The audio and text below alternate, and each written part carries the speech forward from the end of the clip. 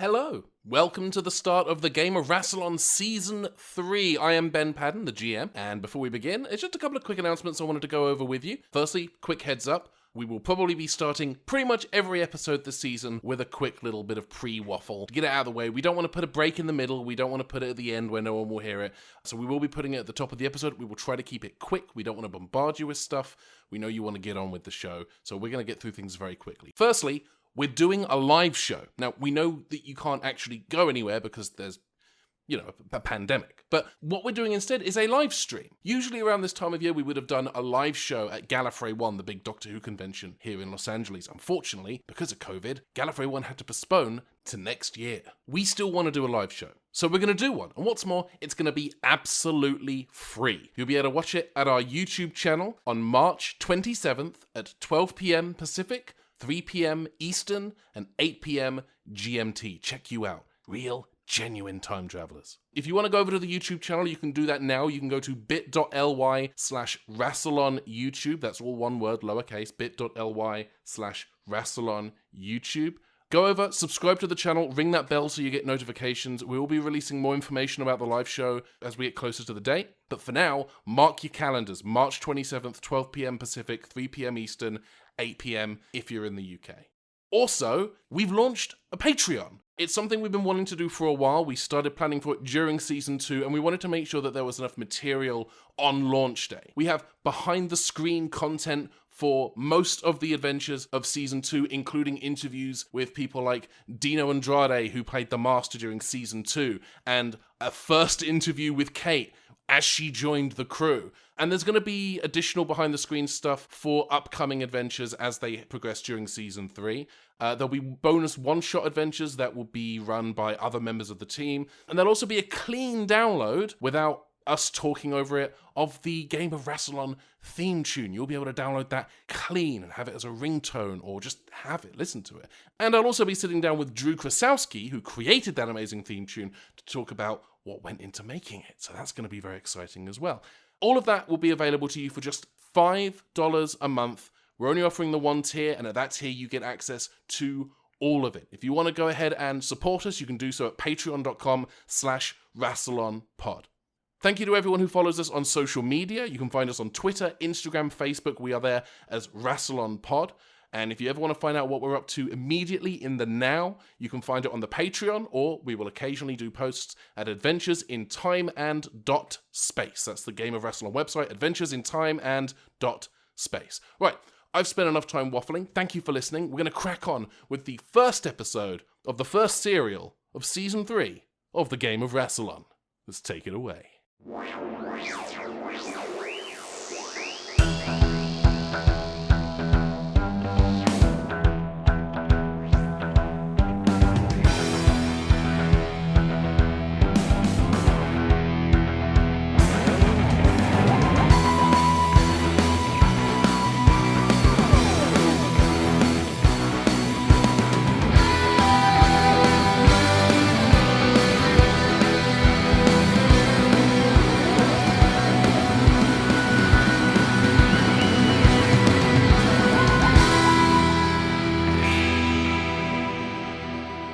Hello, and welcome to the Season 3 premiere of the Game of Rassilon. It's been about 3 months since our last episode. We took a little break because that's how we roll, and now we're back! And we're ready to roll actual dice and tell amazing and unique Doctor Who stories. If this is your first time with us, welcome. If you are returning, you know the drill is. It's fine. We're going to go around the horn and introduce everyone. My name is Ben Padden. I am the Game Master of the podcast. So I get to basically throw scenarios at our players, and then they get to decide what they're doing. We have also with us our engineer, Michael Nixon. Hi, it's me. I'm Michael Nixon, the engineer. I co-write the scenarios with the wonderful Game Master Ben, and together we figure out how we are going to torment these people. And as Ben said, the idea here is that this could be your first time listening to a Doctor Who adventure, your first time listening to a actual play podcast adventure. So yeah, welcome to the table, although we're all meeting virtually. Yeah. Which you've been doing for nearly a year now. Yeah, I know. I'm just making clear to the people at home who may be joining us.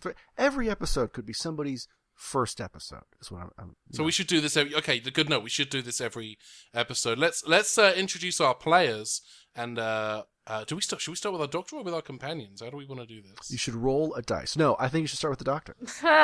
Let's start with our doctor, our esteemed doctor, starting her 3rd season in the role, Riley Silverman.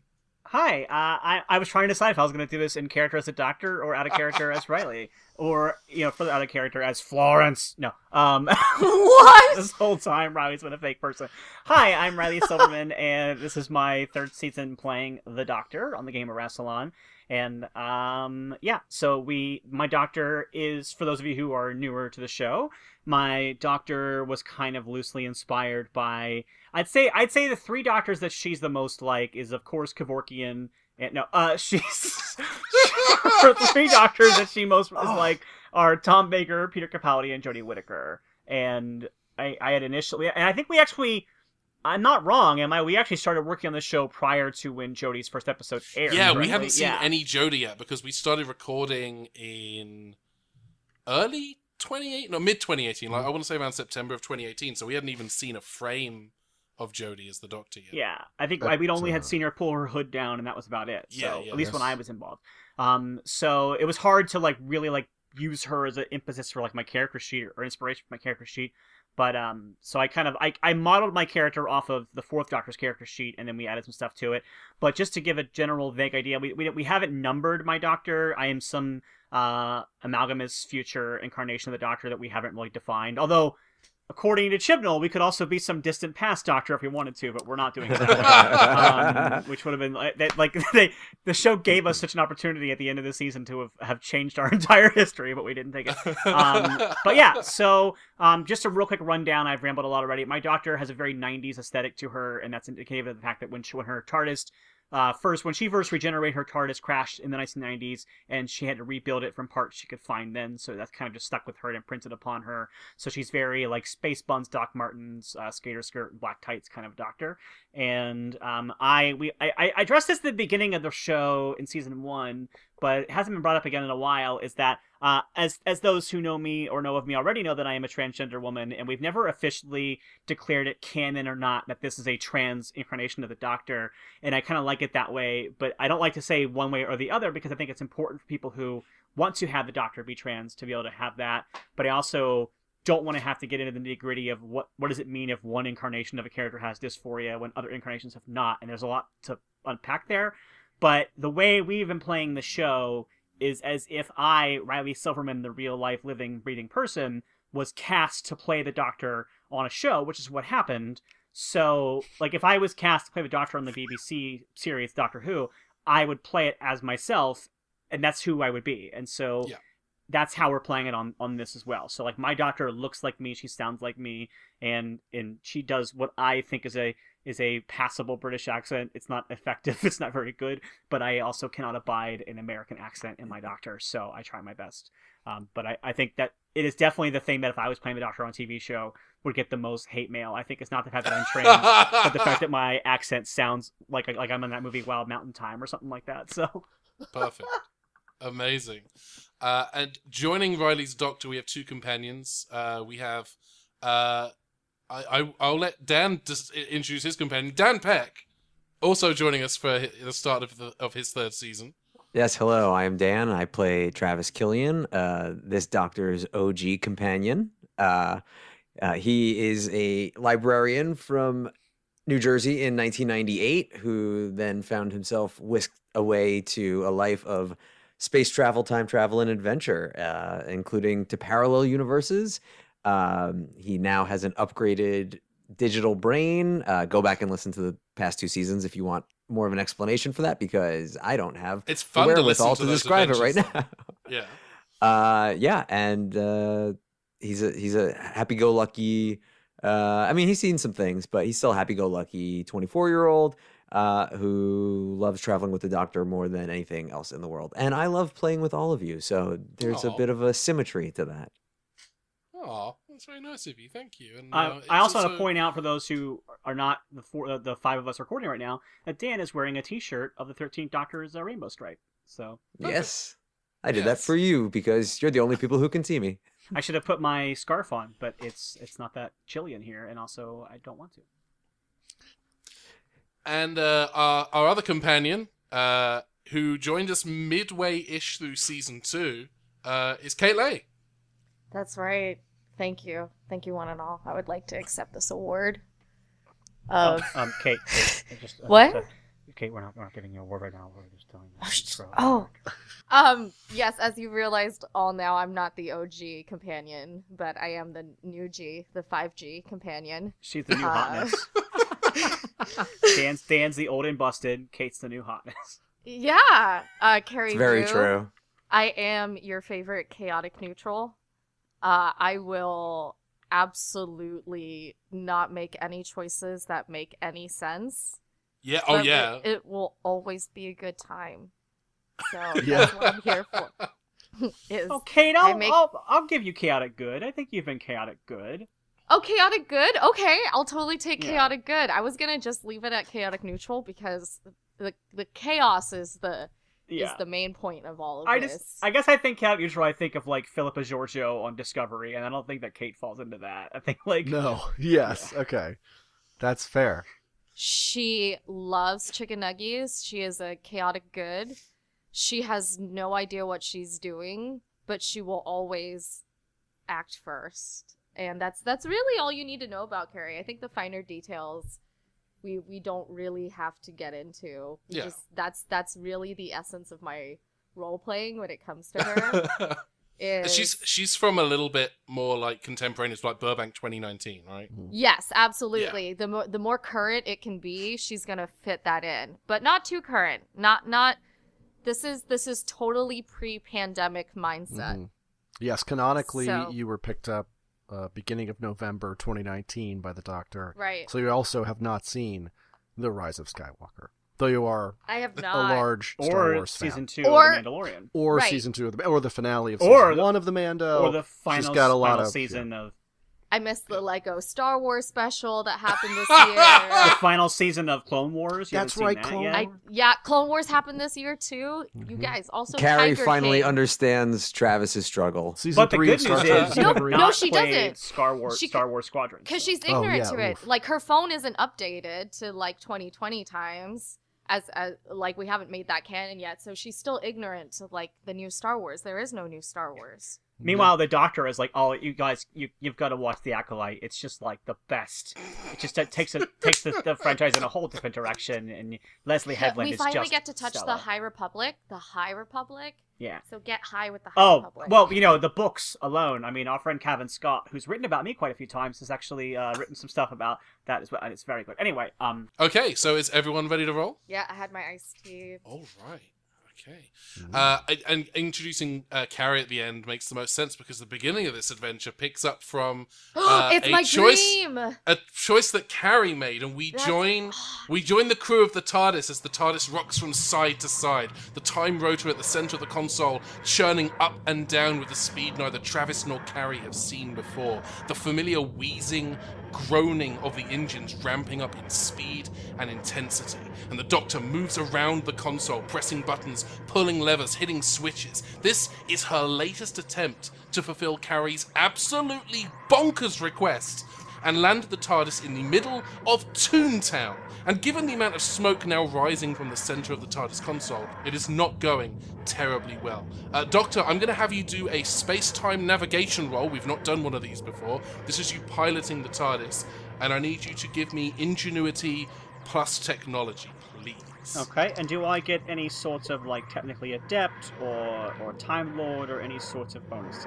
I'm going to give you +2 for Time Lord, +2 for Feel the Turn of the Universe, and I'm also going to give you +2 for Time Traveler, I think is on there as well.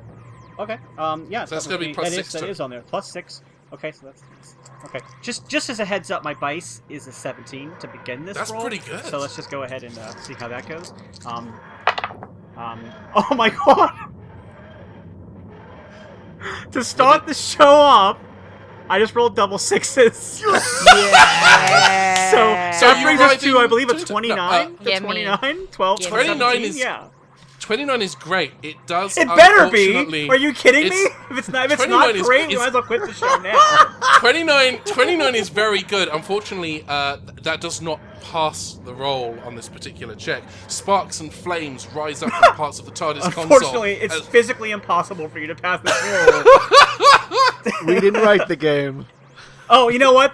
Go ahead. I'll spend a story point. Does that get me up to past the roll? Sure, Shane. No. Sparks and flames rise up from parts of the TARDIS console as the ship spins and shakes violently. And I would like everybody at this point to do a coordination and athletics check.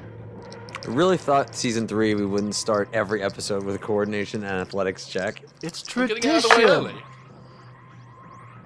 All right, I got a I got 12 for that one.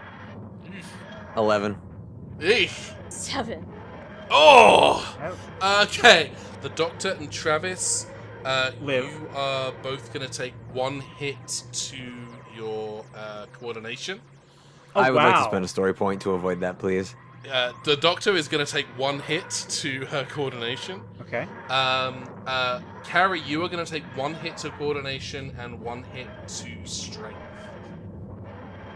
Wow. As the TARDIS full on does like a 90-degree tip and knocks you all on your backsides. Can And- I? I think the justification for Travis not getting hurt is that he has encountered so many hard landings in the TARDIS. He's sort of figured out a way to brace himself just enough. Yeah, I you've like got, to like, a imagine calloused Travis butt. has actually made himself like a TARDIS pod, like a seat that he's like added cushions to over time. Like every time he said he's got like a little spot to give himself a little bit more of a padding. And there's a seatbelt. Yeah. Whereas the Doctor was running around the console when it happened, so it makes sense that she was thrown a bit. Travis is The, cradling Gunther. Well, I was gonna Pillow ask fort. if I could spend a story point Oh, yeah, just you can- to like, because like that would knock me down to a 1 and then a 2. Yeah, and oof. look, I'm already shot myself enough in the kneecaps when I designed Carrie, so I'm gonna spend a Perfect. You want If 1 you- or 2? If you want to clear both of those hits, you can spend 2 story points. If you want to Okay. pick 1, you Then can I'm- just do 1. Then I'm down to 8. Let's do this. I'm gonna take mine because I already get such high rolls anyway as a result of being a Time Lord in my stats. So I will go ahead and give myself the hamper there a little bit. Like Sure. I'll governor my rolls a little bit. Sure. Travis and Carrie are able to kind of brace themselves against their protected pods or the railings in the TARDIS, and the Doctor, unfortunately, despite having undeniably the most experience in the TARDIS, slips and whacks herself on her side and takes 1 hit to coordination. Oh. But the TARDIS settles now, and the time rotor has stopped churning up and down. And the TD-VCR combo unit that is fitted to the console does not show Toontown. It does not show anywhere, in fact. It just shows only the depths of space. And it becomes clear that the Doctor's latest attempt to take her companions to Toontown has failed. All right. First of all, we're gonna have words later. I'm saying to the console of the TARDIS because I'm sore. That, first of all, you can warn me. You don't need. We don't throw things when we're mad at them. That's not how we behave. So just we're gonna have words. Second of all right. And then I turn to Carrie and I go, all right.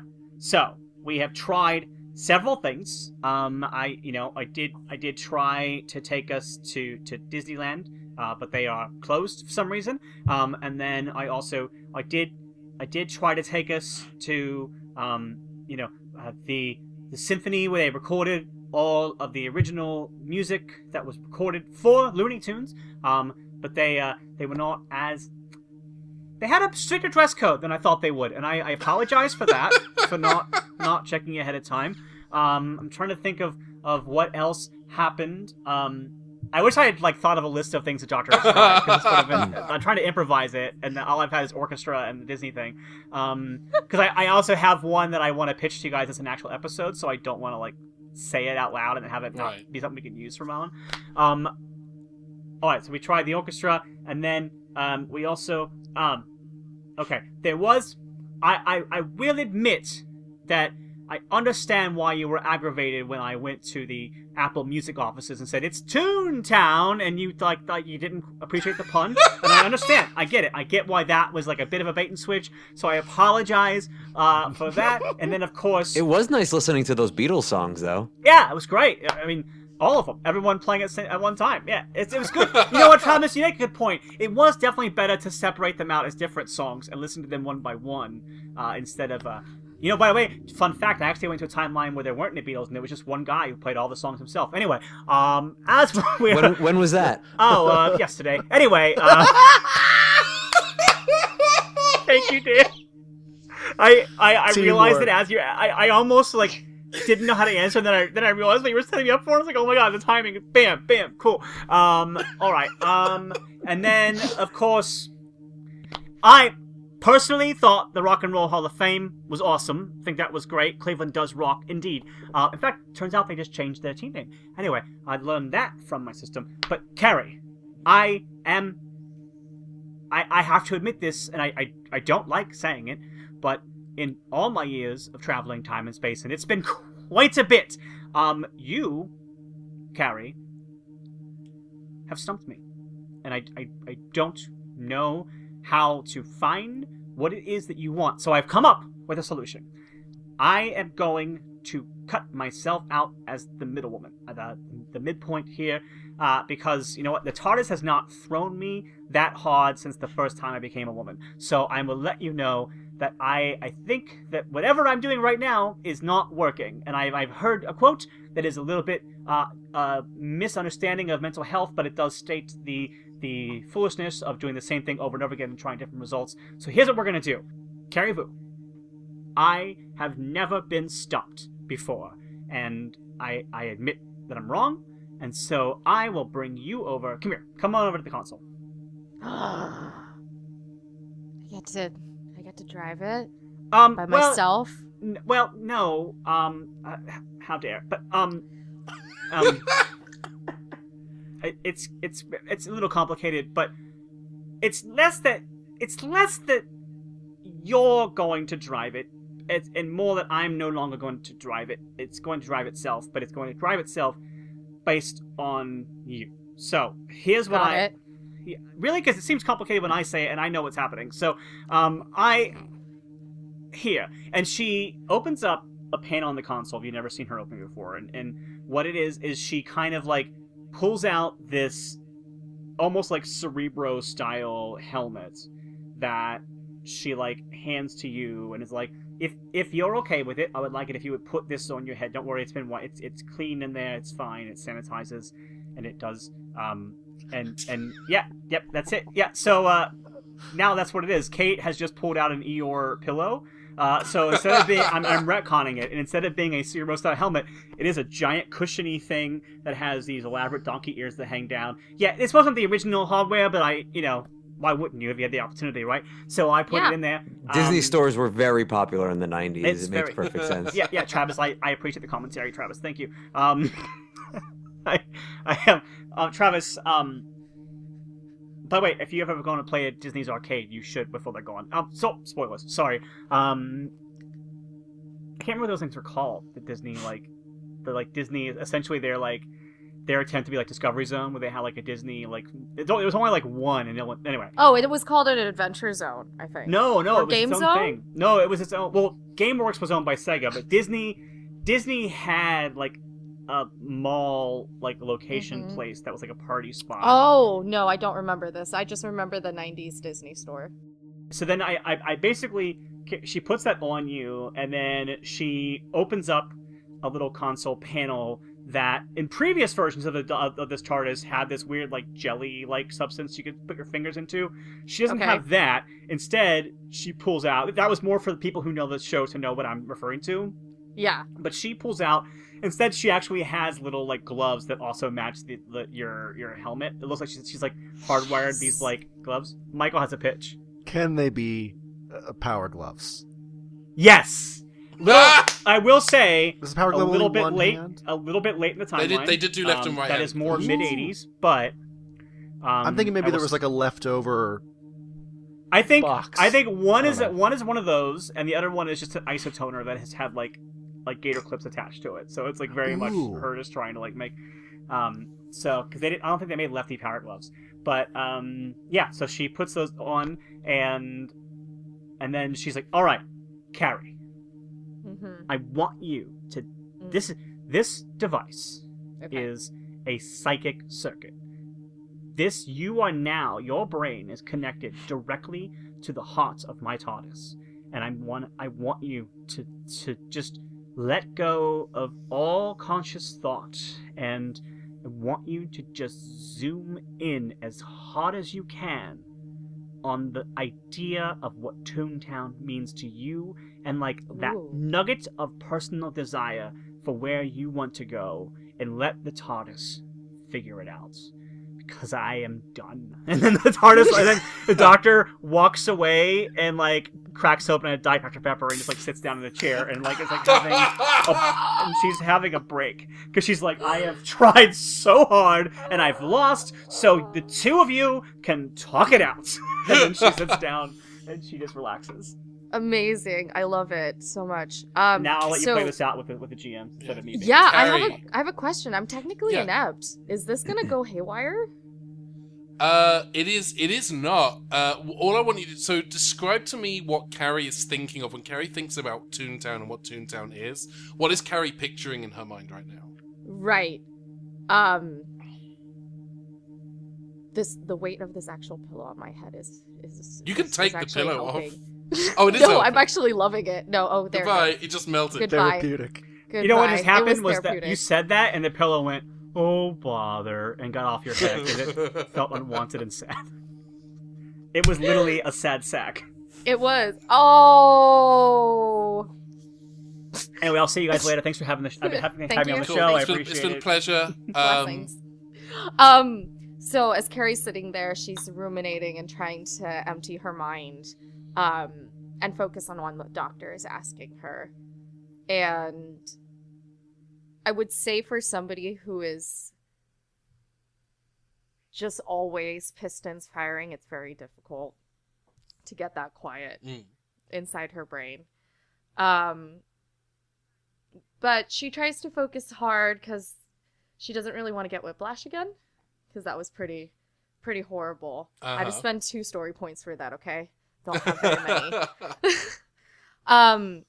So she starts focusing on the idea of curiosity, because that's kind of what Toontown resembles, or personifies in her mind. This is the idea of curiosity, because anything can be drawn and made real. There's a lot of non-science or fact-based parameters that exist there. And it kind of feeds into why she loves a specific franchise that's a little bit more science magic than science fiction. Yeah, I would say she hangs on to that. So I guess it's up to you guys to take where that goes. Yeah, that's perfect. The various dials and cogs and wheels on the TARDIS console, you can hear some of them pinging and squeaking and turning. There's the sound of the keyboard kind of typing on itself. And then something on the TARDIS console goes ding, and the TD-VCR combo starts to show a progress bar. Like a Windows 95 style progress bar with the animation of the paper slowly shifting. And the bar is at 0% right now, and it's giving an ETA of about 8 hours. But the screen is telling you it believes it can calculate a course. Here's how long it's going to take to calculate that course to the destination that Carrie visualized in her mind. So you've got about when I heard the ding, hours. of course, I assumed that one of my companions is a Saigon. So now I'm trying to figure out which one of them that is, because my machine went ding. So, no, I'm sorry. There's stuff. So yeah, you've got 8 hours to kill. What do you want to do? Is anybody up for playing Among Us? It's really fun. I was going to ask if anybody had seen the film. Who Framed Roger Of course. Rabbit? No? Oh, yeah. Yes? Oh, wait, that's a genius idea. Yeah? Carrie. It won't take the full 8 hours, but Well, I it'll mean, at no, least kill 2. I mean, I'll have that. Let's go see a movie. Do you have a movie in mind? Clearly. No, we're watching. We're watching Who Framed Roger. That's a film. Yeah, but Because we're going there. But like, We gotta- rather than just like sit around and watch the movie here, what if I just Travis and Carrie, you're gonna love this. You're gonna love this so much. And then I run over to the console and I put in the coordinates for Los Angeles, California, and I put in the coordinates to Mann's Chinese Theater, and I am attempting to take us to the premiere date of Who Framed Roger Rabbit at the Chinese Theater. That's perfect. I love that. 80s. All right, the time rotor on the TARDIS begins to squeak up and down as the TARDIS is in flight, traveling through time and space. I mean, the 80s are good, but the 90s were anyway, sorry, go ahead. And the 80s are a relatively easy era to get to, provided you don't miss and accidentally hit the 70s, but sure, why not? It's hard to tell. That's a conversation to have with John Pertwee. But the... Actually, you know what? Yes, that's exactly what happens, is that so, just for the fun of like a story happening, is that I think that I put in an 80s date, but because I'm always confused about which point of my life happened in the 70s or the 80s, I think that I put in the 70s. So I want to see what you guys do with that if I say the 70s. That's absolutely... 1978? Yes. This is fine. The time rotor goes up and down. You can hear the engines grinding and groaning and wheezing, and then there is that shunk as the TARDIS has landed. All right, now this is very important. Stick with me because I've got the tickets, and I hold up my psychic paper, and I go. So, oh wait, that's what you're wearing. Both. Is this not hip? We're going to a film. That's what premiere. they say, right? Hip. I mean, everyone says that, but I'm saying like you're dressed, Carrie. You're dressed like you just came from. I mean, no offense, because it's your job, but you came dressed like you came from work. You're wearing a hoodie and jeans and a fanny pack. And Travis, you're wearing you're wearing Millie's bomber jacket and button down. We're going to a film premiere. What is wrong with you people? And then the doctor like goes running out of the room and comes running back in the room, and she's basically wearing a kind of a version of her Spyhard thing, where she has like the tuxedo style, like she has like a bow tie. Spyfall, yes. Yeah, not Spyhard. Not the Leslie Nielsen spy comedy Spyhard. She is wearing the Spyfall. She's wearing essentially she's wearing a longer but dressier version of her normal coat, and she's still wearing a nicer, like her black skirt that she normally wears has like tuxedo style, like the stripe down the side, like tuxedo pants would have, and her normal Doc Marten style boots are like made of black velvet now, and I love it. Yeah, because I have a pair of those and I love it. Those are like my dressy boots when I yeah, we saw them when we were at the Doc Martens flagship store in London. We saw those. Nice. Mine are from Target, but I appreciate knowing that there's the real mine are definitely med student Martin. But they are yeah, they are. It's the Dr. Pibb of undergrad boots. pre-med Martin boots. But anyway, they so I have those on. I've got my black tights still, my cool skirt with tuxedo things. I got like a cool like dressy tuxedo style shirt. I do have the bow tie on, bow ties are cool, and my hair is up in space buns still. But I got like cool like glittery things up in my hair. My hair is done up, and somehow having left the room and come back, I have like a really glamorous bit of makeup on. Like I'm looking hot. So, and I look at them and I'm like, let's go. Why are we still dressed? We're going to a film premiere, people. Come on, get excited. I know last time I tried to find the wardrobe, I ended up in a pool. Well, don't go to the pool then. Go to your room and get some clothes. They're in the closet. Yeah. This is like those children in England all over again. I'm just saying, I need you to just, guys, we're having fun. We've got 8 hours to kill. Take 10 minutes to get dressed. I think Carrie chooses that 80s does 40s women's suit. So just like the deep V line. I'm thinking purple. Like an amethyst purple and velvet, but with the satin on the collar, and that's like the detailing because that's so 80s with the super sharp shoulders. And I'm thinking cigarette line pants and then flats, but like loafers, like those like velvet loafers. And just so you guys know, since we're going into the 70s, so Roger Rabbit was released on June 22nd in 1988. So what happened on June 22nd, 1978 is Charon, one of the satellites of Pluto, was discovered. Just so you guys know. That's a fun thing to know. I just love that. Just to be fair, I definitely knew all about Charon. I've been on some pretty good parties on Charon, so yeah. Also, I know Karen the Boatman. He's also a good dude. He's a very nice gentleman. Very misunderstood by history, but you know. Anyway, I also made a note about the Spy Hard box set, which is coming soon. Anywho, I was also just gonna mention there's like a little layer of cat hair right at the bottom of her pants because it's a velvet suit.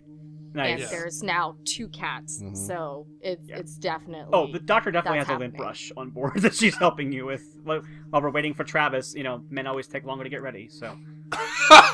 Travis makes really detailed decisions. He just takes a long time. We just throw on a jacket and a pair of pants and say it's good to go. Travis needs to dress in it's layers. all that hair of his. He has to style it so well. I know. Travis emerges in a pair of short shorts and a Pearl Jam t-shirt. Nah. No, what is? I mean, guys only have a choice of one outfit when it comes to premieres, so he's just putting on a tux. But the reason he's taking so long is he cannot tie his bow tie. So like he comes out almost fully dressed and says, "Doctor, can you help me, please?" I think I know how to tie a bow tie, and then I tie it wrong. And then I give him a bow tie, and then I go, you know what? No, and then I take off the bow tie, and I give you a bow tie. Oh no, definitely not. And then I try to do it. And if you stop me, then I put it in my pocket, and then I give you your bow tie. Yeah.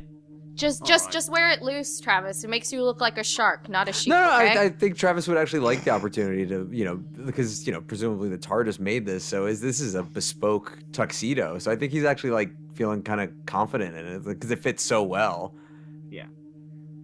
Yeah.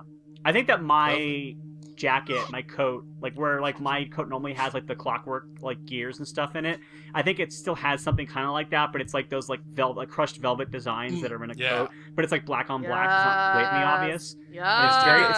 It's very like brocade, like it's very like intricate and working, and maybe like a couple roses worked in. I've seen some pretty cool designs in velvet that are like black rose on, so that's how her coat looks. All right. Yes. So everyone is dressed and looking good. What do you do? Go to the movies. We're a clan of suits. All right. You step outside of the TARDIS to see the word Chinese beneath a sky that is briefly blue at the top and rapidly gradiating down to a sullen yellow grey. But it's not the sky that's the disappointing part here. It's the destination. You see, you are not, in fact, standing in front of the Chinese theatre in Hollywood. Instead, you are standing outside of a Chinese restaurant called the Golden Chef. I almost made a joke about that, and then I realized that's what you actually were doing. In a part of town that Carrie recognizes as North Hollywood, just a little ways northwest of the Hollywood Burbank Airport. And around you, you see people in denim jeans, crop tops, big shirts, pencil skirts, sweaters that are slightly too big, and jeans that are slightly too high at the waist. You Gotta Be by Des'ree blares from the window of a passing car, and a nearby billboard promotes the impending theatrical release of a Goofy movie. This is North Hollywood, Los Angeles. It is the spring of 1995, and you are about a decade too late. Oh. But there's a lot of people inside the Chinese restaurant right now. It smells great. All right, well, I guess, do you want to hang out here? Should we try again? This is the 90s. I hate the 90s. Do you remember the 90s? Oh, no! I don't need to remember it to hate it. A Goofy movie, come on. Okay, well, first of all, Carrie, I have liked you a lot up until this moment in time, and now I'm starting to have second thoughts, because the 90s are amazing. I spent a lot of time here, and the people were very kind. Look, Doctor, the early 2000s were a little bit better than the 90s, okay? Oh. Should I not be listening I'm to this sorry. That was just conversation? I guess- Michael. I guess living in the age of terrorism was fantastic for you, and fine. Oh yeah, a perpetual war that hasn't ended still is definitely a better situation than like, I don't know, having some pretty awesome grunge music. I understand. Travis is Doctor, let's just Travis agree. is listening to this like, I'm sorry, the age of what? The ongoing what? You're gonna hate Florida. Anyway, oh look, it's Clown Liquor. Oh, don't get robbed there. A friend of mine got robbed there once. It was not good for her. We could just agree, Doctor, that the future is just better than the 90s, okay? So, do we have to stay here? No, we don't. I mean, do you want some crab rangoon? We could. I mean, I could eat. I mean, I'm I'm for dinner. hungry. I could eat. All right. Yeah. Well, let's get some crab rangoon, and then we'll get some. And anything else you want. I mean, you can get whatever else you want. Yeah, I mean, I was like, I will those say the 10 sushi dumplings selection can't... of this era is not very good. So the Chinese place is probably better than the sushi place. Why would you get sushi at a Chinese restaurant, Doctor? It's the Valley. Every restaurant has like six different flavors. Have you never been to Doctor. like teriyaki hamburger donut? It's delightful, and it's just... Doctor, I have so much to teach you about the different cuisines. All right. I feel hold like on. every Well, no, Time Lord just is be clear. warned. I understand the cuisines. What I'm saying is that that a lot of restaurants capitalize on the fact that people don't understand the restaurant cuisine differences, and they sell multiple cuisines within their restaurant. That's why I said teriyaki hamburger, ice cream, donut, because that's what's happening right now. For the listeners, there's a real place that has a teriyaki milkshake sign. Oh. There are lots of those places all over the valley. Yeah. That's why I'm saying it. I actually think there's a and donut just to be clear, place. I have definitely seen Chinese restaurant menus that have added sushi to them because they know white people Yes. buy sushi. That's what I was trying to Yes. get at. Was they haven't quite Oh, yeah. hit that mark where there's like, I think 95 is just before there was a sushi place on every corner of Los Angeles. So all the Asian restaurants were just Yes. adding sushi to their menus. Yeah. Yeah. Sorry. That was definitely not a case of me saying let's get sushi at a Chinese place like I thought sushi was Chinese. That was very much making fun of the level of restaurant fusionness that's happened in Los Angeles. Oh no, and that's what I was Okay. saying as well. Okay, It's just cool. like, why would you ever try to get sushi at a Chinese restaurant? Yeah. I was making fun of the fusion as well. Yeah, of yeah. Like, you Yeah. it's like trying Yeah. to get a hamburger at a taco place. Well, Del Which Taco you does can have a good do. burger. So, Yeah. We clock wipe to you eating burritos outside of the Chinese restaurant. Or, we're a little early for sushi burritos. So. what do you Cackling. what did you all get from the Chinese place? Let's imagine you're sitting on one of those like middle metal outdoor seating. Thank you for letting yeah. us do this. Wait, Yeah, is what do it you get? lunchtime or dinner time? It's probably just after or kind of during the lunch rush. There are people here Okay. because the line's not very long. Because it matters, because lunch specials are different than Yeah. dinner specials, so I needed to know. I'm gonna go with the number... It's usually a number 5, I think, is like what it's listed on, if I remember correctly. But it's the fried egg noodles Mm. with the seafood with the bok choy, and I would order it without carrots. I don't like carrots. Okay. Sorry, I'm getting really lost in this. I'm freaking hungry. Like, I started describing it for the listeners, and I was like, and then like my brain just went off because I You're was just like, pulling oh. up Grubhub on your phone as you describe your meal. I do. But since it's lunch, wait, no, but that's not a lunch special, and Carrie would definitely get a. Hold on, you gotta come back to me now, because now I'm Alright. going like, no, that wouldn't, because I would absolutely get a lunch special that gives you like the appetizer with the egg roll. Yeah, and, like, you don't have to be something too else. specific about it. You can Yeah. go with that. Yeah. No, you know what? I'm gonna just do that because I get my Cool. hot and sour soup, and I'm gonna be happy with that. All right, Travis, what did I you think order? Travis immediately goes to order the barbecue spare ribs, but then realizes he's in a tuxedo, and there's a very good chance of him making a mess of it. So, So he doubles yeah, the so order. I think maybe just beef fried rice as an entree. Cool. Mm. And Doctor? I think in honor of my father, I will say that she orders shrimp toast And I think that she also has maybe a scallion pancake. Oh, actually, you know what? I don't think LA Chinese restaurants are great with scallion pancake. Like, there's only one that I've ever been to, and that's the one everyone tells me is more like a New York style one. So I think she gets the crab rangoon that she was talking about, and I think she gets some.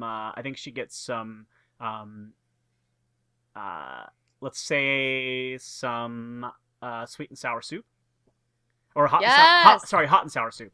Yeah, she gets some hot and sour soup and the crab rangoon, and I think maybe just like a side of spam fried rice with the shrimp toast. Yeah. So Nice.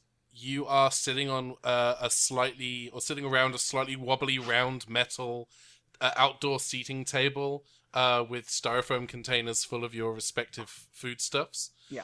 She got the appetizers to share, so she's sharing the crab rangoon and the shrimp toast with everybody. Nice. I get double the rangoon.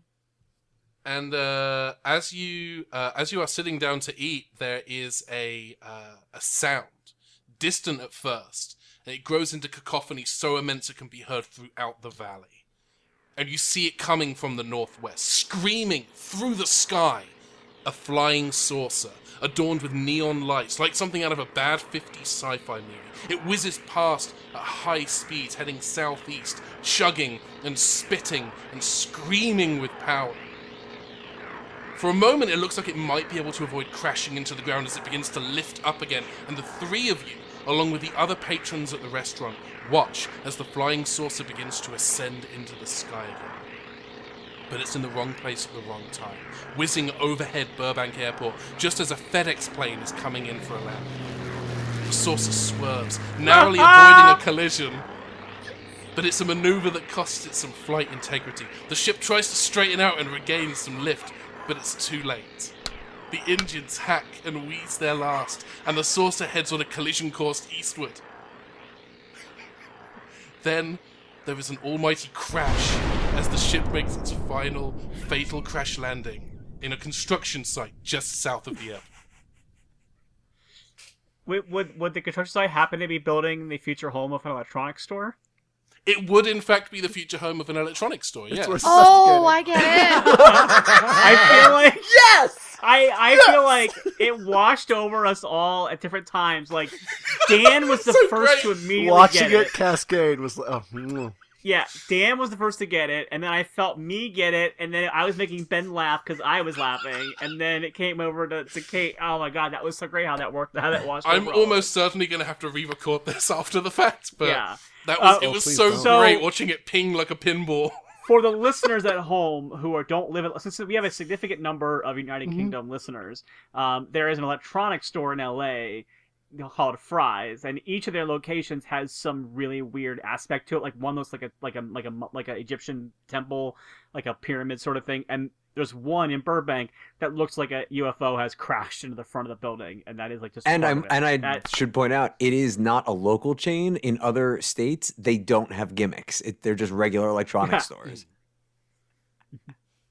Do they still exist, or they went out of business? They're still around. Oh my gosh, yes. They I still was just exist. Oh, there. nice. That's cool. I didn't know. They're still technically open. Michael went there to take photos. I will say An unrelated project, he insists. Yeah, They insist. Shit. for research, I went in and started taking photos and I was literally drawing a map in my notebook. Like, I was casing the joint. I was effectively casing the joint, and no one at any point was like, "Hi, sir, you're very obviously casing the joint and noting all the like exits and stuff. What's that about?" Anyway, yeah, so you just watched this flying saucer crash. Oh, you know, it's funny. I've seen that several times, and I never knew where it came from. And now that is, you know what? I should have. You know, it actually, the ship does look familiar, so I really should have been more aware of what it was. Well, it's a good thing we're eating out of to-go boxes. Yeah, you know, it's funny. Little known fact: if you unfold these, they turn into plates. Anyway, so Should we go help them? Since it's a crash? Should we be concerned about that? Yeah, you know what? I mean, this food is really good, but yeah. I mean, still. look, Chinese food is great when you eat it cold or reheat it. So let's just, you know what? Let's do that. I like the way you think, Carrie Vu. I like it. Thank you. I like it a lot. All right. I just realized we have to walk there. There's no Uber. That's the only way I know how to get around. I mean, we have. I would like to point out you're at a Chinese place that does deliveries. Oh, We'll just ask them. There's also like other patrons here as well. You got options. Okay. I walk up to the counter, and I'm like, "Hi. I know that we're here, but we would like to place a delivery order to that construction site so that we could just get a ride to it." You want to place an order. This is the person behind the counter, who is just me in this I situation. did not expect that accent from you. I'm sorry to have assumed that, but yeah. Well, I was born in China, raised in actually in Watford in England, and then I moved here. I actually, if I had known that, I definitely would have ordered tikka masala from you. So I'm actually really annoyed that I didn't now. But yeah, we're one of the few Chinese places that does really good chicken tikka. Yeah, in the valley. So. Now I know. Now I will. You know what? I will hang your menu on my in my TARDIS, and when I want to order good takeout, I will order from you. If you can help me with my situation currently, which is that I do need to get a ride to that construction site, and I'll be happy to pay you a delivery fee and a good tip in order to do that. Go ahead and roll presence and convince. Okay. And you don't get a voice of authority bonus because you're not trying to be like authoritative here. Yeah, that's fine. But I will give you. Do you have charming? Yes, I do. Charming gives you a +2, right? Okay, yeah, I think so. Yeah, let's do that. Can she also get at least a +1 for Carrie's, please? I think that was some yeah, PA magic. I'll give a +2 for Carrie's. Please. Okay. Thank you. I don't think PA magic is not an official trait in the system, but I rolled 11 on the dice. That takes me up to 24. Guy behind the counter says, "Yeah, absolutely, yeah. In fact, here's the keys. Just bring them back when you're done," and just hands you the keys to they have a little Nissan outside that they use for deliveries. Oh, that's not what I expected at all. But all right, thank you. You did a very good roll. People in the 90s are really nice, Doctor. Yeah. I don't know. I feel like I can trust you. Well, thank you. And I turn around and while I'm holding his keys, I go, "Does anyone know how to drive a car?" Yeah, Carrie's from this area. Maybe she should drive. No, it's okay. You can drive. Okay. Look, I'm not here for whatever this is, so just I put the keys down, and I'm like, whichever one of you wants to I'm drive. driving, you're navigating. Okay. All right. Oh, me? Yeah, you, Travis, you drive. Carrie, you can have shotgun, and I will let's just get there. Yeah. Let's go. People are hurt. Let's go. If Travis is driving Travis, I would like you to roll coordination and transport to get there. This is Carrie, if you are providing navigation, I would like you to roll ingenuity and knowledge, and because it is local, I'm going to give you a +4. I also have sense of direction. Oh, snap. Can I add? Yeah, I'll give you a +2. Yeah, give yourself a +2 for sense of direction. 20. Good roll. So it's a 15. Nice. Yeah, Travis drives competently and carries very efficient directions, taking you to the construction site where a pretty much finished Fry's Electronics. Travis has white knuckles because this is the first time he's driven in Los Angeles and is just horrified by the other drivers. Yeah, it's an experience. Hold on. Travis is a New Jersey driver, and he has the gall to criticize California drivers. In one place, it's a completely different beast. It's a different beast. My first time driving in LA was absolutely terrifying. Sorry. Yeah. Sorry, Dan. That's the most Pennsylvanian I've ever been, and I'll put it away.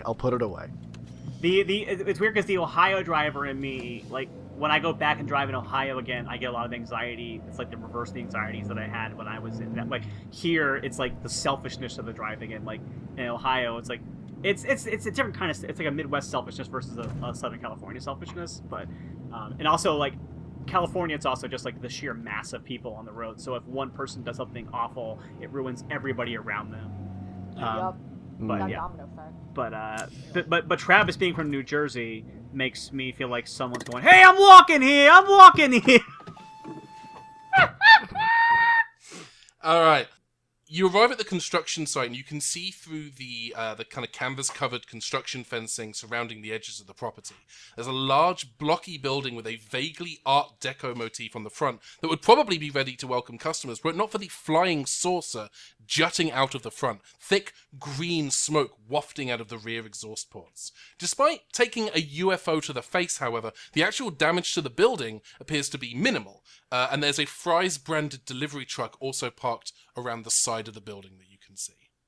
So while I was in the back seat of the car, I got out my sonic screwdriver, and my assumption is that if a spaceship was crashing, that they probably sent out a distress signal of some sort. So while we're on the way to the building, I'm running a signal kind of back to my TARDIS, and I'm essentially trying to triangulate based on where I am, where the ship is, and where they're sending their signal to, in order to get an idea if I recognize the people that this ship is from.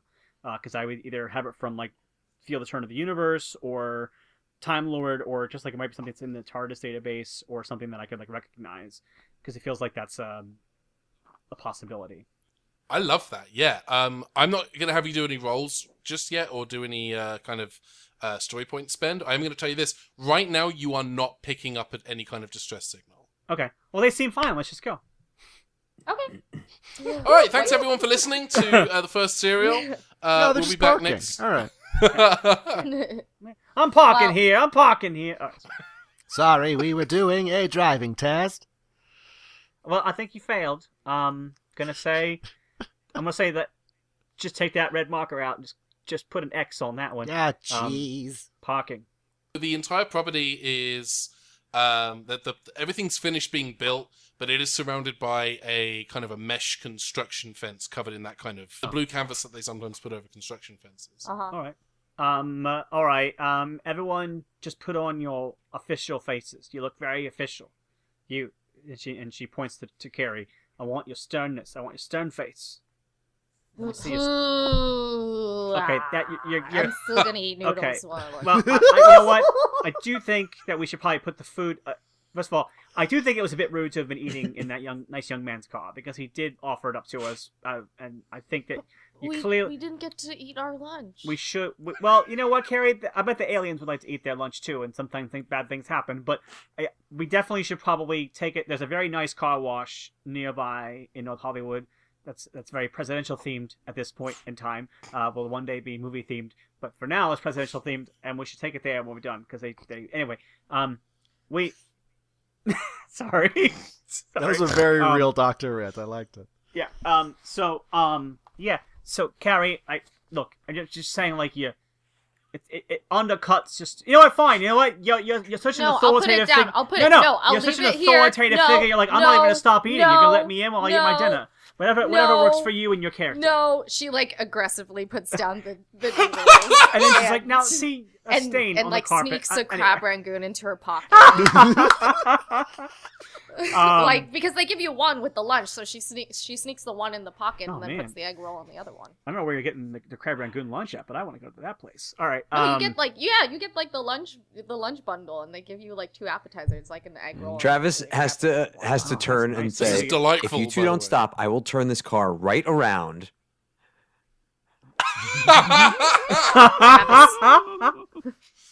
I will throw these noodles at you. The doctor actually does look a little bit like scolded, like she kind of like, all right, okay. Well, back to what. Listen, I'm giving Travis. I'm Thank giving you. you a story point back for that. That was great. magical. That was great. Okay. I want everyone to put your game faces on. We are very official. We mean business. All right. Let's take this out. So then I kind of flip open I kind of have my psychic paper at the ready, and then I walk over to where it seems like there might be like a security guard that is probably guarding the construction site, so that I can like get him to let us in. Yeah, I would say that kind of the north-facing fence, that road there that runs parallel to the train tracks. There is probably a gate there that can be opened and closed, and there's a little security hut there. And there's a guy in there who's probably on the phone right now. Doctor, Do you have any sunglasses on you? Do I have sunglasses? And I pull out, and I have the exact Sonic sunglasses that Capaldi used to wear. They're bad. Can I wear them? I want to try something. Oh, okay, yes, but don't look at the browser. And then I like give them to him. The Doctor can have a story point back for that as well. Actually, you know what? I'm going to search the car to see if there's another pair of sunglasses. I figure the more of us in sunglasses, the more official we're going to look. If you want to spend 2 story points, there are 2 pairs of sunglasses in the Yeah, I'll do it. Yeah, so the That's a pair each. Yeah, so the doctor I was one gonna- story point for each pair. I was gonna like Sonic my glasses so they like tinted up, like. But I like yours. Since you're spending Okay, story yeah, points, because I'll let you- I'll give you the Sonic ones back because yeah. Oh, good. The doctor puts it back on, and you just like hear her like delete something, and then like, All right. So yeah, you were walking up to this little security, this gate with this little. And Security we are guard looking and a security guard sharp, in there. by the way, because we are dressed to the nines. Yeah. Yeah. We got our sunglasses. Oh yeah. And I'm gonna throw this security guard character at Michael. Oh, I was hoping you would. All right, great. Yeah. So the security guard is sort of looking nervously at the crash, and is like just very, very out of his depth.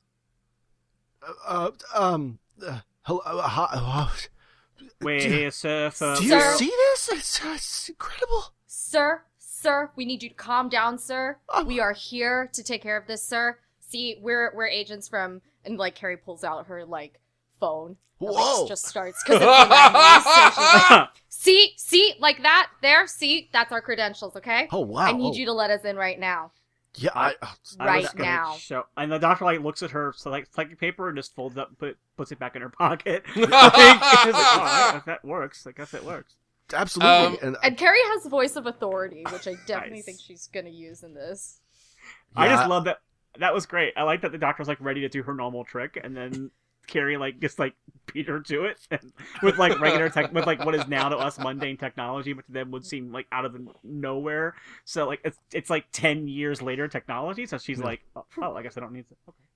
Okay. Yeah. Because she's not wearing sunglasses. There was only 2 pairs of sunglasses. So Oh, no, there's No, three there totals. was 2 for Oh. you. I already had one pair.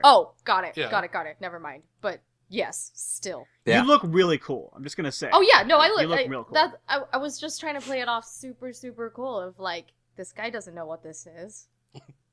And as you've all been having that conversation in the car, the guard has really nervously like pulled the kind of wood fence thing to the side. We've got ourselves Gestures here like, a, please, please. we've- Yeah, there's no time to waste. We've got ourselves a class 3 incursion, so we really got to make Yeah. sure we lock Yeah. down the What's perimeter. your name, sir? Jim? Is it Jim? It's not Jim, but thank you. It's Jim now. Code name Jim. We're Yeah. gonna call you Jim. Yeah. Code- And that way nothing can be Wow. traced back to you if we need to, and that's good for you, Jim. So what I need you to do? Damn it, Jim! I'm a doctor. Doctor. All right, you get another story point back. I'm sorry, that's so good. Doctor, wow, that yeah, absolutely, yeah. She is, but Jim, what I really need you to do right now is go across the street and go get us some extra crab rangoon. Can you do that? While we do this, I need you to like do this for us. You got this, Jim? All right. Oh, and Jim, Pushes him. I need you to go to the 7-Eleven and get me a Diet Dr. Pepper. It's very important. Oh yeah, All right. there's the little there's like the bodega right next to the Chinese restaurant. Yeah, down Jim, the we street. don't have Okay. time Look, for Jim, you to explain you're to right, us. you're right. I'm We so need sorry, you to I'm We're, so do sorry. we're delegating the task to you to handle it. That's why we're giving it to you. So however you need to get it done, just get it done. But we're gonna go again. As I said, class 3. I look at Carrie and Travis like I said 3, right? Yeah. Incursion. Yeah. And we need to lock down the perimeter. And While the doctor is saying this, Carrie's just pushing this Yeah. guy just out of the Yeah. gates. Oh, I think like, Jim, having gotten his orders and his new name, just immediately does that like security guard hand on his gun, like jog down this, and he just jogs away to go get the things you asked. He just jogs down the street the way you drove to go get the stuff. which is when he's blocks. gone, I It's look like a at my half companions and I go, yeah. When I look at my companions, I go, I have to be honest, that's never worked that well before, ever. So I'm a little bit keyed up, but also a little bit nervous. But great work, Carrie. That was very good. That's... All mall cops are the same, Doctor. Once you've seen one 90s movie, you can tap into their mindset. Again, I wish you would stop disparaging the 90s right in front of me like this. But yes, let's go and check out this ship. So I think we head towards the spaceship, and now I'm scanning with my Sonic again, trying to get a reading on it. Like, I'm looking for life signs. I'm looking for any imminent threats of explosion or like anything like that, or anything that's like a imminent and obvious safety threat. Yeah. Do you want to use the Sonic story point to do a scan? Yeah. Okay, cool. So you do a scan. The ship is heavily damaged. The engines are kind of kaput, but it's not going to fly again. It's not about to explode though. The ship is at this point is kind of basically benign. There is a certain amount of electronic discharge coming from one of the devices within the ship that is actually arcing down, preventing you from entering through the front doors of the store. It would actually be lethal for you to do so, to just walk through those doors. It's a shame, really, because otherwise the doors look relatively fine. It looks like people could walk in or out underneath this thing with ease if they wanted to go and buy electronic goods and supplies. But right now, you are being prevented from doing so. Okay, well, we're not... Travis, unfortunately, we're not going to be able to pick up your N64 today. But, we'll figure out what else we need. Well, we still have a few years for that. Oh, I thought it was mid-90s. Okay, I apologize. I was yeah, I think late 96. Yeah. N64? Oh, okay, so a year. To be fair, in my mind, I was thinking 98, but I think Ben is correct. So then I actually just cut my hands around my mouth, and I shout up like, "Oi! Anybody still alive in there? Anyone in need of any sort of assistance? We are here in peace to help you. On behalf of the Shadow Proclamation, I am tasked with the benevolent aid in a group that needs it. So if you need any assistance, please be what's going on?" Doctor, I can throw them an egg roll. And Carrie tosses up the egg roll from her pocket into towards the spaceship. I mean, you might have asked if they had an order before you just threw food at them. They might have taken that as an insult. Flings up everybody loves food. It flings up, lands on the top of the flying saucer, rolls down, and then splats in front of the store. I have to object here. I think that Kate should be allowed to make a roll to see how effectively she is able to land this egg roll somewhere. You know what? You're right, and I apologize. Carrie, you can give me coordination, and I'm going to call this marksman. I will not stand for your egg rail roll. This is like when... Oh, thank God I'm lucky. Oh, what happens when you roll Snake Eyes twice, even though you're lucky? The first one you get to re-roll, but the second one sticks. Okay, well I love that I jokingly made a railroading joke, and then fate railroaded Kate anyway. Right? Yeah, did anyway. Yeah, you fate roaded. Yeah, I got a 4. This is actually worse this time because as you go to throw it, it doesn't really go that far, but a passing pigeon swoops down and picks it up in midair. That's better. Are you kidding me? A happy pigeon catching an egg roll? That's fantastic. And then it just flies away. It's only worse because no one will ever believe the story. It was an egg roll. Just as a non sequitur, I turn back to the doctor and go, "Oh, remember Sluff Birdslinger?" Oh, I wonder how he's doing. Maybe he's in the ship. Egg roll. No. You're peeking at our notes. Hey! Again, so we did try to feed you, which, well, we saw how that went, but I promise you that our rescue operation will be more coordinated and thoughtful than throwing a greasy bit of food at you. Again, hello, is anybody there, and do you need assistance? I am here to help. You don't hear an immediate response from the inside of the store. I'm yelling at the ship, not the store. Oh, the ship? No, sorry. Okay. You don't hear a response from Ben, the ship. did you say the electricity is arcing from the building or from the ship? It's arcing from the ship down to the ground immediately beneath the ship. It's basically blocking the... Right, well, I just wanted to make sure it wasn't the building itself, to cut the power. I was. Oh, I'm sorry. Asking I'm sorry. for myself because I didn't know what the setup was. Yeah. So we're essentially like in a video game situation where this is an entrance to a level and you can't go in this way, so you have to find another way to get into it, basically. Correct. Okay. All right. I don't think we should split up because, well, why would we? We're recording a podcast. Yeah. I think we should sneak around to the back, and hopefully our friend Jim will man the front by the time he gets back with our snacks and our distraction. Well, we saw So delivery let's, trucks. There's probably let's- a dock, a loading dock or something like that. Right. That is what I was referring to when I said the back. So let's go to that and let's go find that out. All right, yeah, you head over to the rear of the store, and there is a loading dock in the southeast corner, which is where the truck is parked. And the actual Did we gate... walk back there, or did we stay in the car and drive around? It's up to you. Travis, would you have? No, driven I this, or would you presume have we got passed out of the car when we were dealing with the security guard. Okay. Okay, so we ran around. Okay.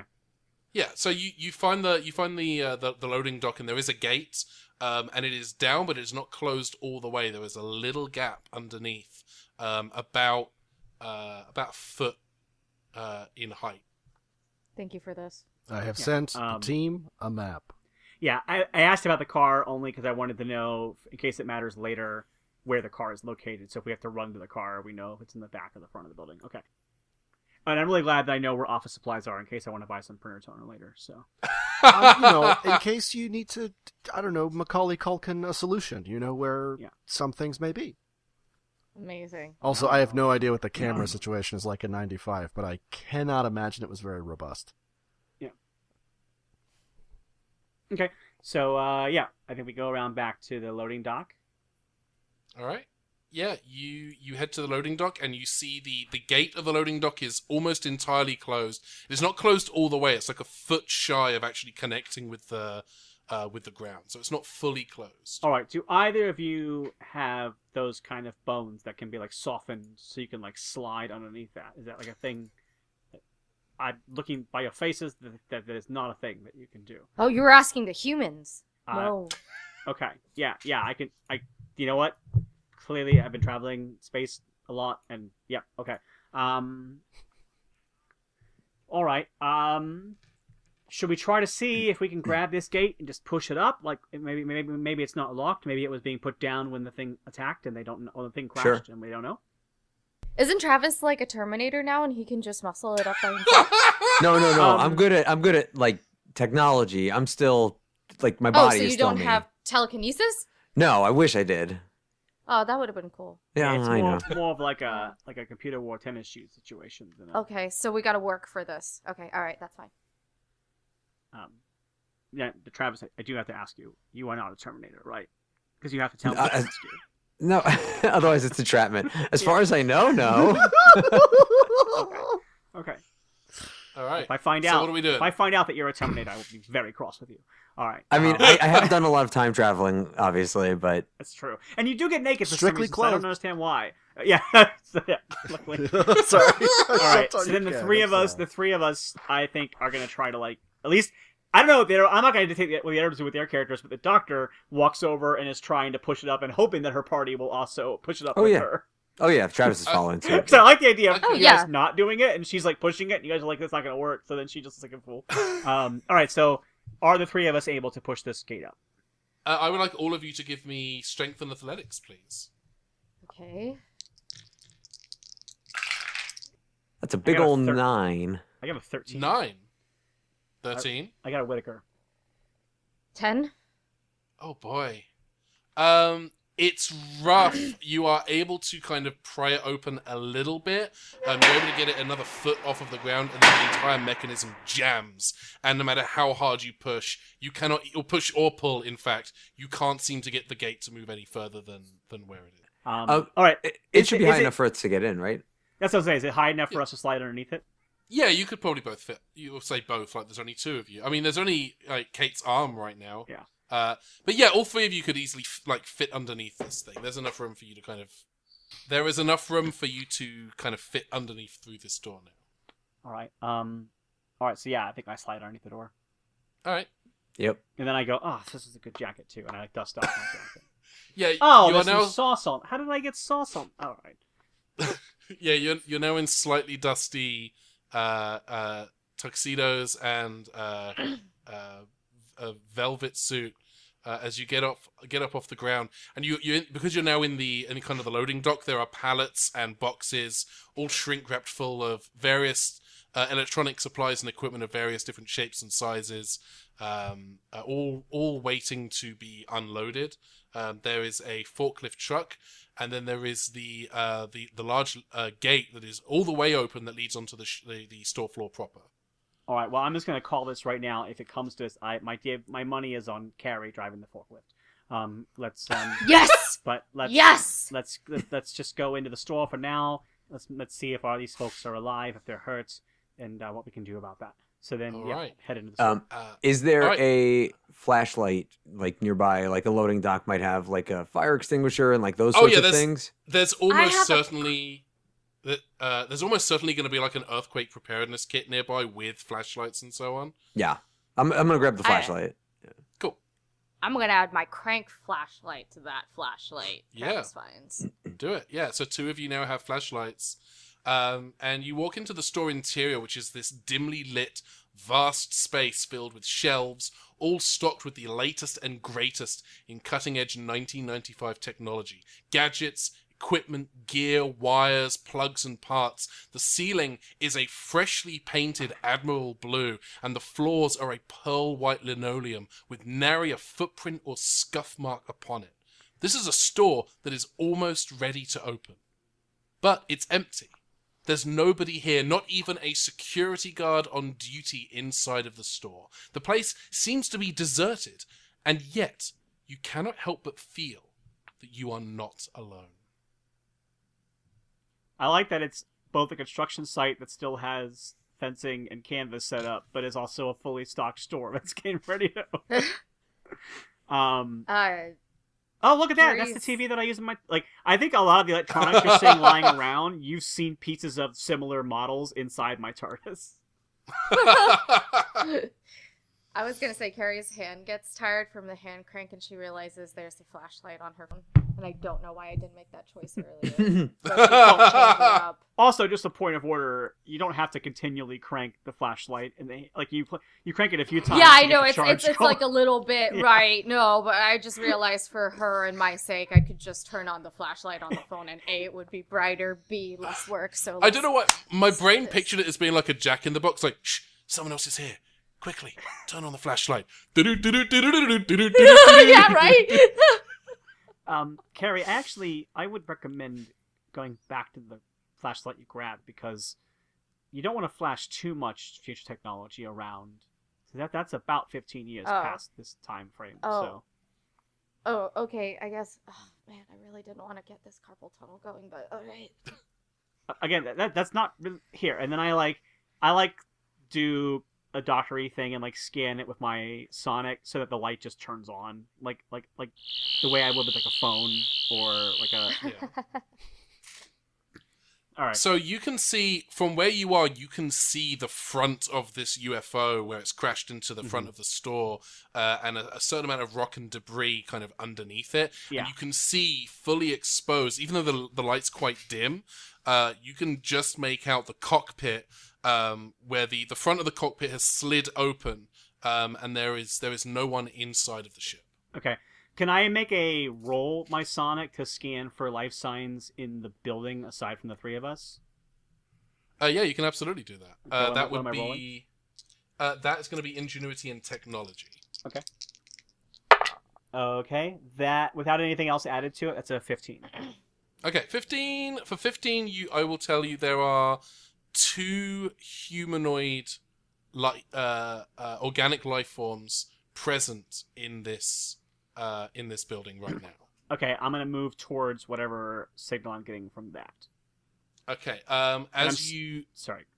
No, sorry. Go ahead. I would say I'm still continuing all my Shadow Proclamation kind of stuff, and I'm saying in case you didn't hear me outside, my name is the Doctor.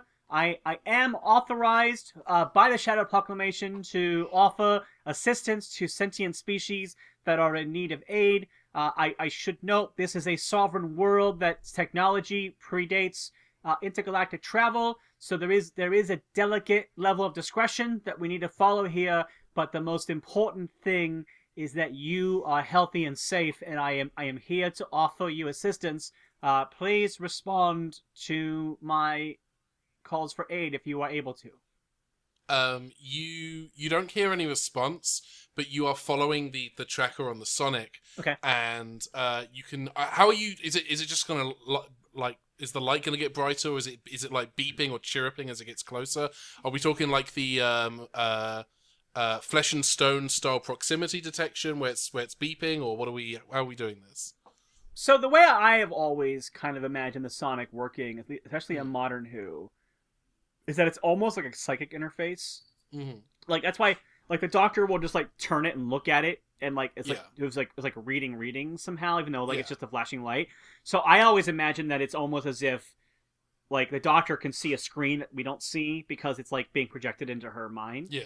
And so that's what I'm imagining. It's almost like having a heads-up display in a video game where she's like zero, like while Sure. she's scanning, she can like see signals of lights appearing wherever she's heading, like what it's finding. Yeah. So it's almost like to again do a video game example, like whenever games like Skyrim or Assassin's Creed or something where when you do like that kind of pulse thing and then the game shows you where figures are, that's what I think is happening now. So she's getting like a heat signature sort of thing where people are standing. Okay, so yeah, you're getting this this kind of pulse coming from a particular direction, and you begin heading in that direction, and then the pulse gets stronger and stronger until it should be right on top of you. But the aisle of the store that you're in right now, there is no one else here. Okay, I immediately look up, like someone might be in the rafters immediately above. look up, and you immediately look up, and into the rafters you see, kind of peering down, clinging to the ceiling, like full-on Spider-Man style, is a small grey alien, like a traditional Roswell style grey alien with the big head, these kind of blackish blue reflective eyes, and it is clinging to the ceiling. And as soon as you look up, and as soon as I'm assuming you're not the only one who's going to look up, I imagine someone's probably shining their torch on it at this point. I imagine as soon as it realizes what's happening, it kind of looks in terror and then scuttles off, panicked, off out of the. Oh my God, Doctor! The truth is in here.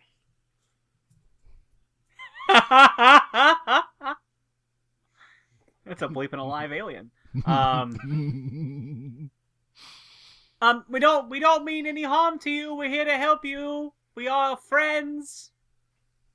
Go ahead and roll presence and convince.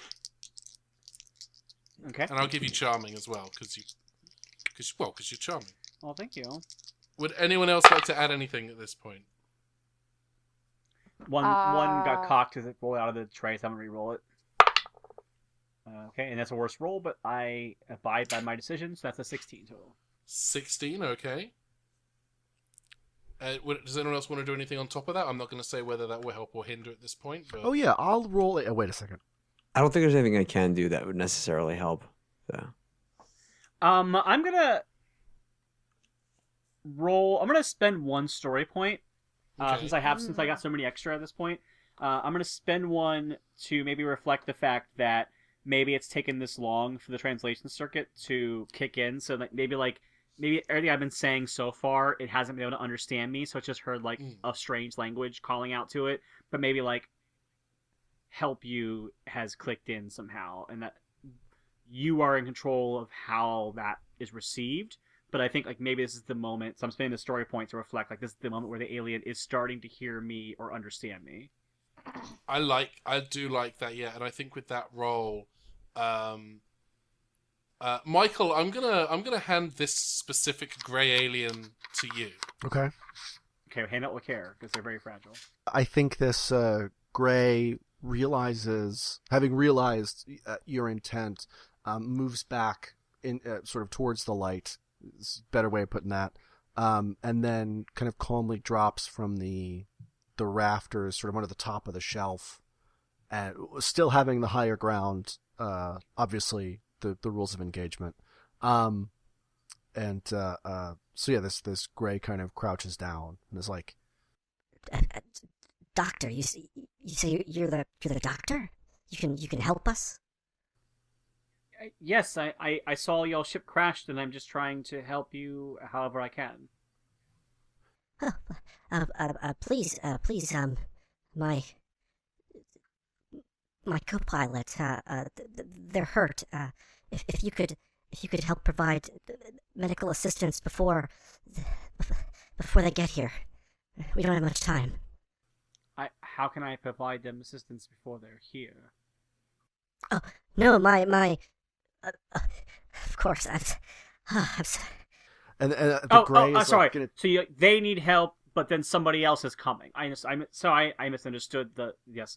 And then I go to the one who's hurt, and I do do I have any sort of medical? I have a very small medical, but I will do again. You know what? I already burned the 2 regular Sonic Share points, but I'll burn 2 more of my regular story points to do a scan, like a medical scan on this person, so instead of rolling. Okay. Since that is the thing that my device can do. So let's do this. I'm gonna let me describe you going to the other alien. Okay. So this little grey alien leads you to kind of the cash register area, and behind one of the cash registers is there's another grey alien on the floor with an injury on their leg. They're also holding a small device that kind of to Travis and Carrie looks a little bit like a Nintendo 64 controller, but with more lights attached to it. Like a prop department got hold of a Nintendo controller and just slapped some things on it to make it look more sci-fi. We know that wouldn't actually happen, of course, but I'm a Sliders fan. I get you, Ben. Let's say that's what happened. But yeah, it's this grey alien. They're laying on the floor with this leg injury, holding this device, and they look up at you, and they look over to the other grey alien, and the other alien says, Gene, who are these people? Macy, these humans are here to help us. They don't seem to be connected to the hunter. Okay, we're definitely gonna need to know more about... Tell you what, Carrie, you talk to Gene. Was it Gene? Yes. I point to Gene. You talk to Gene, find out about the hunter. Okay. And I will.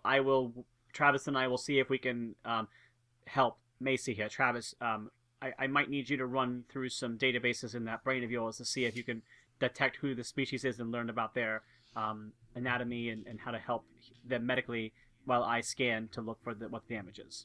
Okay. As you begin to do your specific tasks, there is an almighty chunk as all of the lights on the store switch on at once. The dark spaces and shadowy corners are now brightly lit by industrial-grade halogens. And Travis, you become aware of something new in the store, some kind of technological presence, but you can't quite pin it down. One moment you can feel it near PC hardware, and the next it's near home appliances, then car electronics, then toys and games, then cellular phones. Whatever it is, it moves like lightning, disappearing and reappearing seemingly at random. Doctor, we have... There's something here. There's something else here, I should say. And...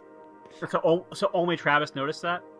Travis sensed that because it is technological and because he's tech sensitive. Yeah, Travis, I'm... The lights...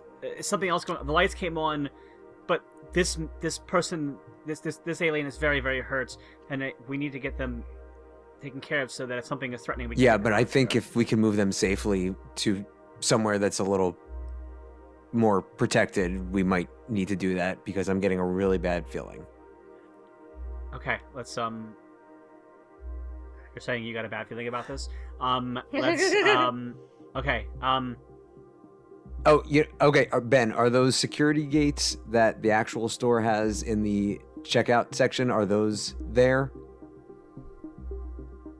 Well, because you said the store is basically about to open, but I don't know what it looked like in '95. Yeah, it's pretty much ready so to go. if we could, But also remember, we can't go out the front door because the electric zaps. No, I know, but it's like behind where the like the clerks stand. There's like a fence, like where they keep electronics and stuff like that. So basically, I'm trying to get us inside the fenced area just to protect ourselves a little bit. Okay, yeah, I'm down with that. Okay, yeah, I turn to the alien who's hurt. I don't know which of the two it is, and I say, It's Macy, Macy. Are you okay for us to move you, or? I should be, as long as I don't put too much pressure on this leg. I can carry you, and so I kind of pick them up and carry them. Okay. Yeah, I'm not going to have you roll for that. You do it successfully. Good job. And I think Travis will be the last one to go into the area because like I'm sort of like looking around, kind of trying to see if I can see anything rather than feel out what's going on. Since I'm sort of the only one who knows what this thing is, I feel like I need to be on point. The doctor's carrying Macy into the kind of cage area as Carrie. Carrie, what are you doing right now? I am talking to Jean. I've been debating between like, does Carrie offer him the crab rangoon or not? First of all, it's they.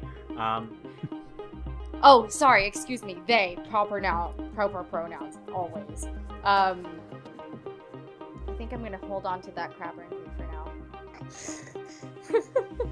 So, I would just assume that Carrie turns to Jean and starts asking him, like, probably the simple questions of, so where are you from? We are from another world far from here. It would be quite difficult to explain. Some of the terms that... Usually we have a sort of book and it shines a map, and it's easier to rely on the technology, but it's just... Got it? We're from... Yeah, could you draw it? Do you have a 5-dimensional pen? No, but I have a cell phone. Ooh. Do you know how to use them? Yeah? Yes? Could you look up, Alpha Centauri on the cell phone? Ooh, do I roll for this, or do I find it? I mean, there's no Wi-Fi in 95 as far as I know, so your phone's just like, haven't I previously given the phone the old Rose Tyler thing? Oh, never Yeah, mind. you I gave would it like imagine magical so, properties. Yeah. Well, you showed me. Yeah. You type Alpha Centauri into Google and just get lots of listings for the video game. I was gonna say, I was gonna say by the time the Centauri comes up. So the video game? Jean? No, the galaxy. No? Oh. The doctor yells out, I think if we could, like, move ahead to the hunters element and, like, what you're afraid of, like, we're not as concerned about, like, the yogurt places in your neighborhood or, like, where you're from or what the climate is like.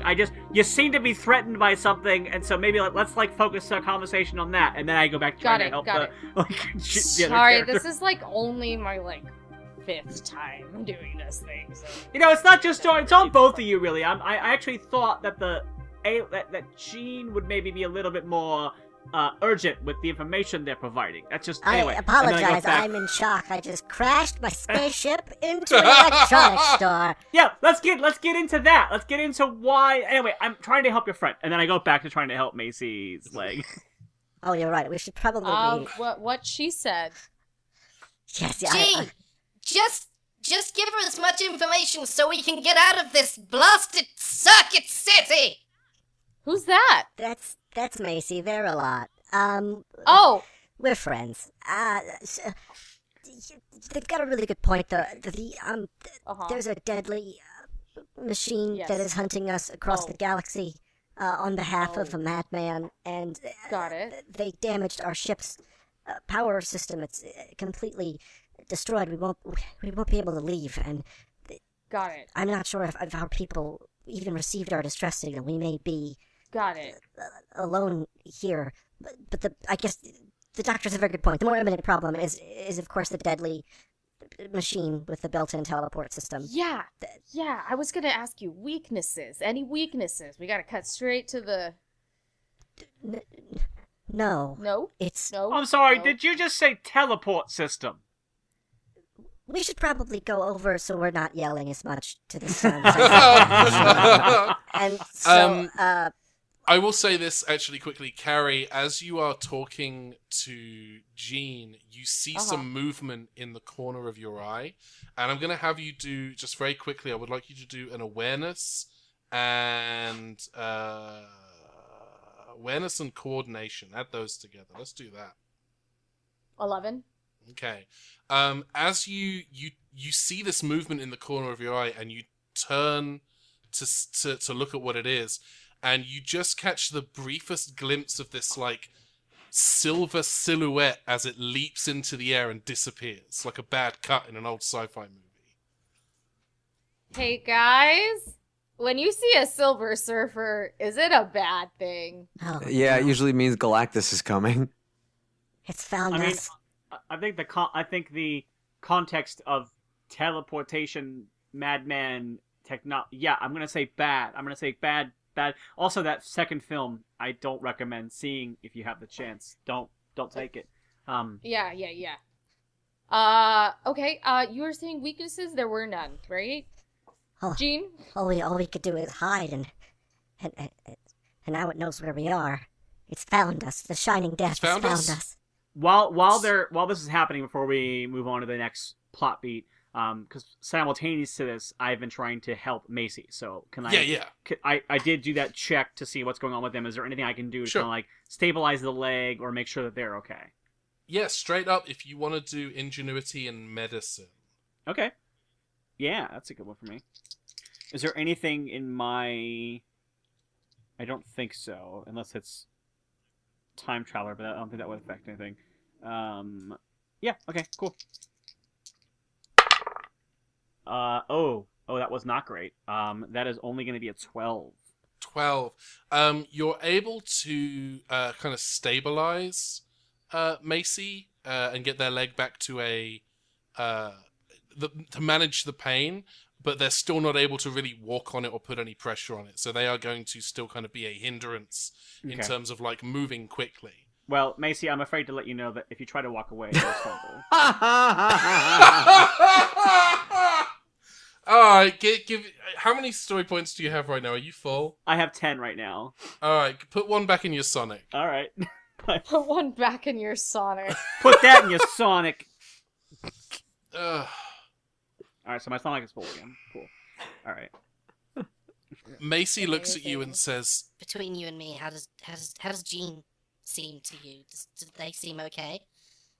I mean, they're pretty focused on the being hunted part, so it's hard to like gauge that as being okay for anyone. That seems like a pretty traumatic thing to be dealing with, so I'm saying that they do not seem okay, but they also shouldn't, considering the situation. I just want you to promise me that if he comes, you'll keep Jean safe. Jean is my world. Jean means everything to me, and though I try to hide it, it's clear my world crumbles when they are not near. Oh, it's an alien love story. You're getting very choked up with the idea of saying goodbye. What is this thing that you have? What's this device? This is a signal beacon. I've been able to reverse engineer the stress signal beacon from our ship, and I could activate it at any time. But the minute I do, that he'll be able to find us. Although I guess now that his robot has found us, it's only a matter of time. If I activate this, we will be able to. Someone in the sector should find us, should pick up our signal, and should be able to take us away. But then he will come. Who is he? He is a hunter. He has pursued us through galaxies and solar systems, for purely selfish reasons. We've done nothing to him, and he wants to see us cook. Cooked?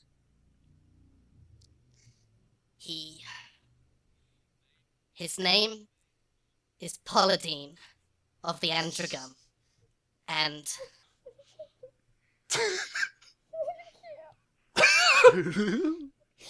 he Gotcha. our our species have become coveted by the Androgum for our, I guess, delicious liver. I guess, I don't know. They kind of view them as truffles. So our numbers have been dwindling over the years as they have captured and cooked and eaten us. And any moment now, Paula Dean could show up and kill us both.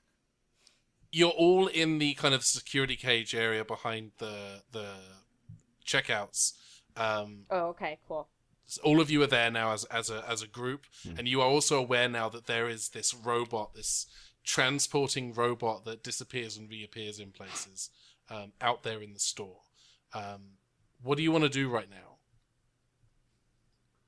I really wish I had a baseball bat.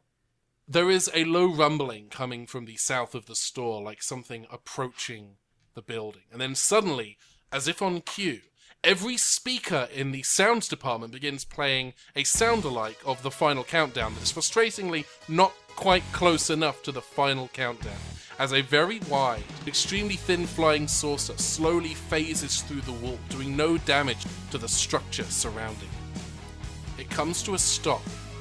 A door opens, and a platform extends out. Smoke machines begin spraying as a large, physically imposing humanoid figure emerges from the spectacle. He is a large, muscular man with shockingly green hair, rosy skin, and vibrant red eyebrows with a goatee to match. He wears golden plate armor on his shoulders and shins, with a bandolier of kitchen knives of various sizes and sharpness arranged neatly down his torso. His voice booms over the in-store PA system, and he says, "I am Polity, and they are lunch." Carrie, I wish you hadn't thrown that egg roll.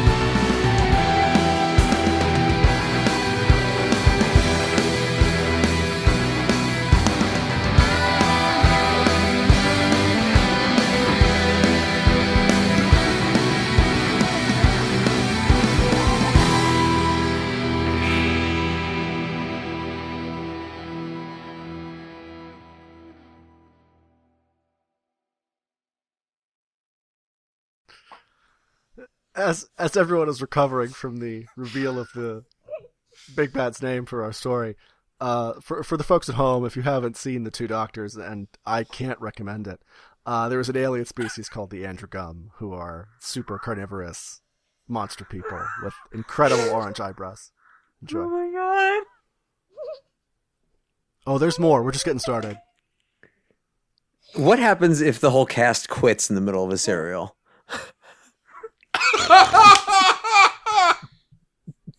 Well, of course, obviously, then you're going to have to go ahead and find yourself a cast iron to do the rest of the episode. Shenanigans. That's right. You all just struck so hard it came back around the gauge on your permanent cast members now. Gotcha.